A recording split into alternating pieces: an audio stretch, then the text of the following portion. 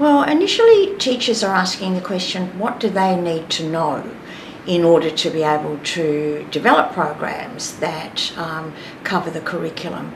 So a critical question for a lot of teachers is, what's the knowledge base of the discipline that they need to know?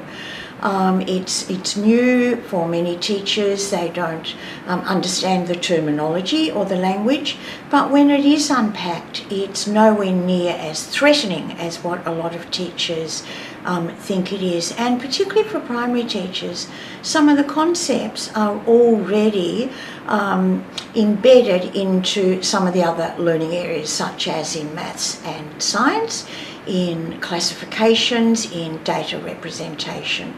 But teachers do need to become very familiar with the content, and also to understand that for this curriculum, Digitech, at least probably 50% of the curriculum focuses on developing types of thinking skills which support problem solving and the use of digital systems. And that's new.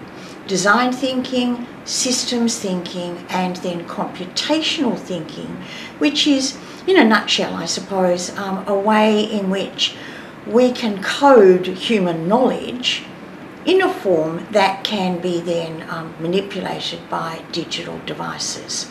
So the challenge, I suppose, is teachers becoming very familiar with the curriculum, and then thinking of ways in which we can make connections with other content in other learning areas, so that we get real problem solving with real content and data.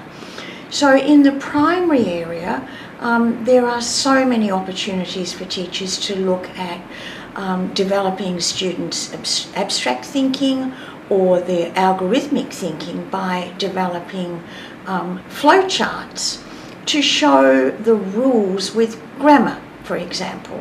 How do you can you devise rules that help you make singular into plural? In Digitech, we actually have methods in which we write out precise instructions and steps.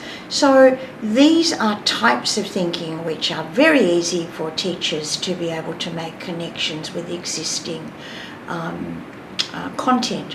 One of the other questions that teachers are concerned about is, what's the resource level that is needed? Will they have enough equipment, digital devices in their schools? Well, I think the really good news is up to about 50% of this curriculum can be done what we call unplugged. That means without using any digital devices. Why? Because so much of this curriculum is about ways of thinking.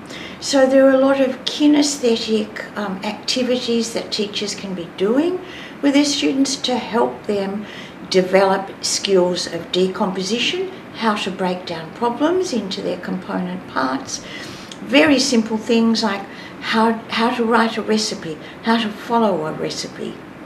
These are sets of instructions, decisions that need to be made. So a lot of the work is not done without computers. So students have to do all the thinking before the planning, the preparation, and then to test their thinking, their skills, they will then use either a programming language such as Scratch in primary schools, a visual programming language, or a general purpose language, or an object-oriented programming language, and they will convert their plans into a working solution, and that's what we call a digital solution.